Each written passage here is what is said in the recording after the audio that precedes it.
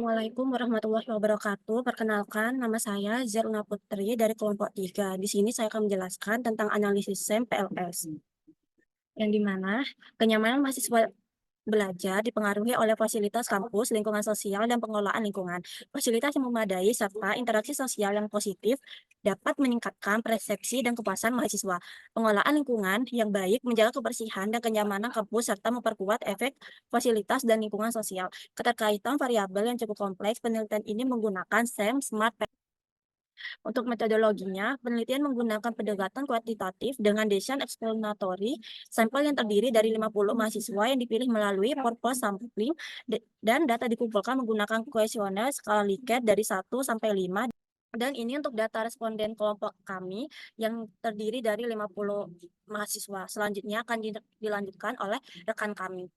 Baik. Untuk selanjutnya yaitu loading.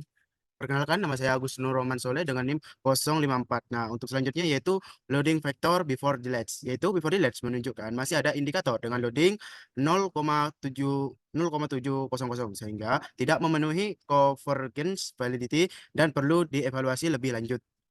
Baik, sebelumnya akan dilanjutkan oleh saya. Sebelumnya perkenalkan, nama saya Dita Eka Muldia dengan NIM 131. Pada data grafik after delete atau setelah di delete, bahwasanya menunjukkan pada indikator Z13 memiliki loading faktor senilai 0,5 yang artinya kurang dari 0,7 sehingga tidak memenuhi coverage validity dan dihapuskan. Ini adalah CA, CR, dan AV. Untuk CA, CR, dan AV sendiri, semua kontrak itu dinyatakan reliable dan valid karena nilai Cronbet alpanya senilai 0,816 sampai 0,943 dan composite reliability yakni 0,869 sampai 0,972 berada di atas 0,70 serta nilai AV-nya sendiri yakni 0,626 sampai 0,946. Nah, itu nilainya itu berada di atas 0,50 sehingga seluruh variabel kriteria internal konsistensi, reliability, and convergent validity dalam analisis SEM PLS. Baik, selanjutnya adalah cross-loading.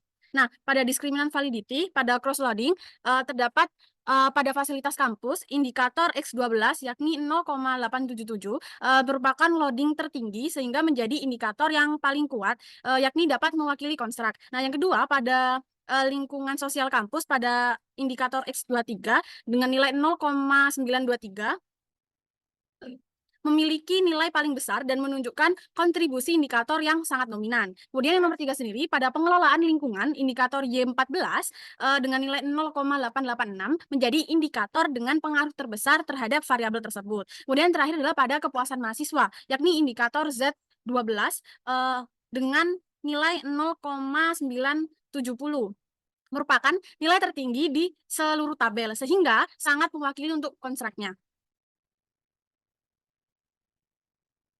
Baik, selanjutnya adalah Fornell-Laker pada discriminant validity. Nah, untuk nilai akar AV atau angka diagonal pada setiap konstruk lebih besar dibandingkan dengan korelasi antar konstruk di baris atau kolom yang sama. Nah, misalnya pada 0,791 itu lebih dari 0,568 dan 0,575. Nah, untuk 0,973 yang ini itu lebih besar dari 0,568 dan 0,366 dan seterusnya. Sehingga seluruh variabel memenuhi kriteria diskriminan validity yang artinya setiap konstruk mampu membedakan dirinya dari konstruk lain dalam model SEM PLS ini.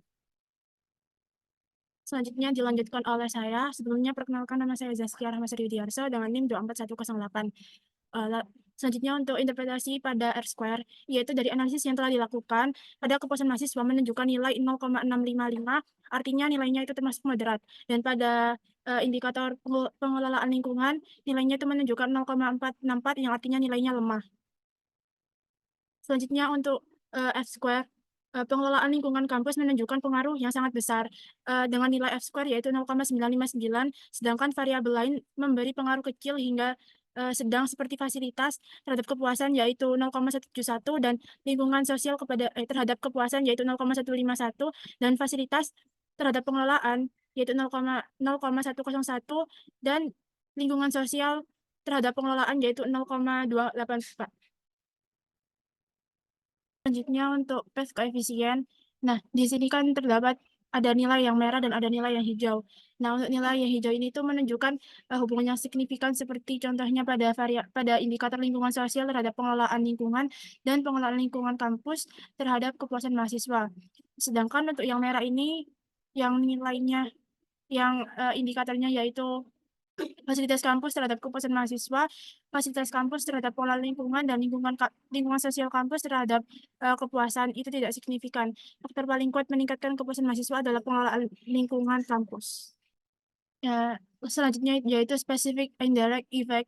Fasilitas kampus tidak memiliki pengaruh tidak langsung yang signifikan terhadap kepuasan mahasiswa melalui pengelolaan lingkungan. Sebaliknya, lingkungan sosial kampus memiliki pengaruh tidak langsung yang signifikan terhadap kepuasan mahasiswa melalui pengelolaan lingkungan. Artinya, lingkungan sosial hanya berpengaruh terhadap kepuasan jika dimediasi oleh pengelolaan lingkungan kampus.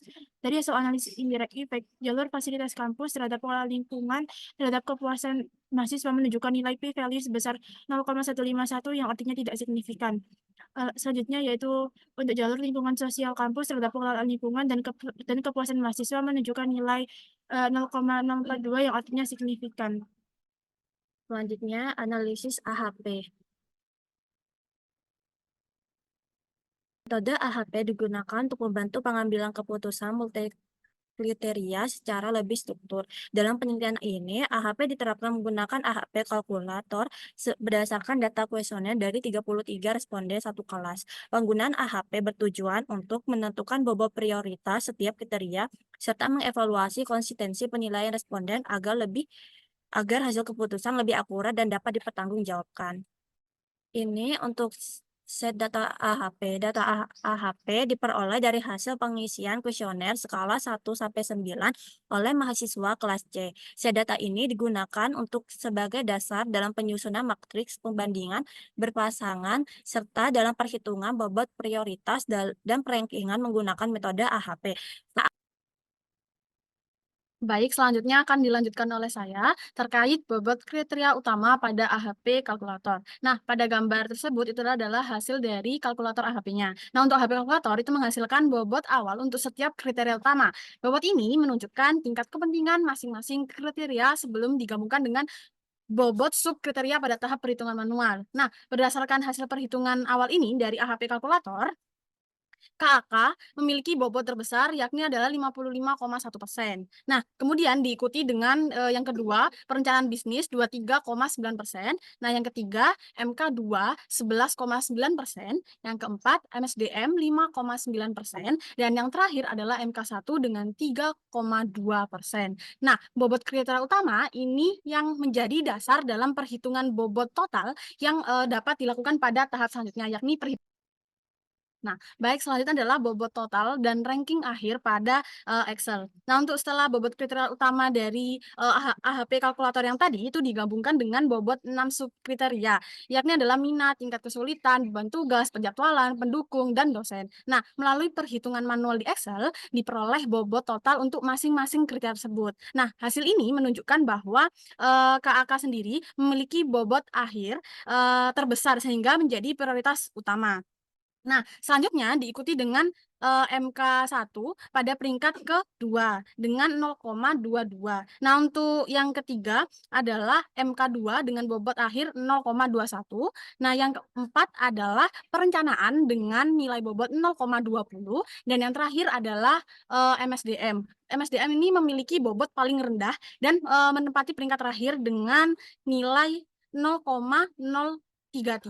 Nah, ranking akhir ini merupakan hasil penggabungan antara seluruh bobot dari keenam sub kriteria sehingga dapat mempresentasikan prioritas mana yang lebih diprioritaskan antara sub kriteria tersebut dengan keseluruhan yang paling akurat. Persen.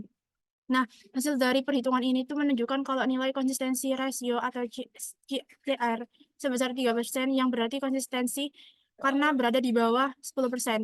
Dengan demikian, seluruh penilaian responden dianggap valid dan dapat digunakan untuk menentukan bobot total serta peringkat akhir kriteria.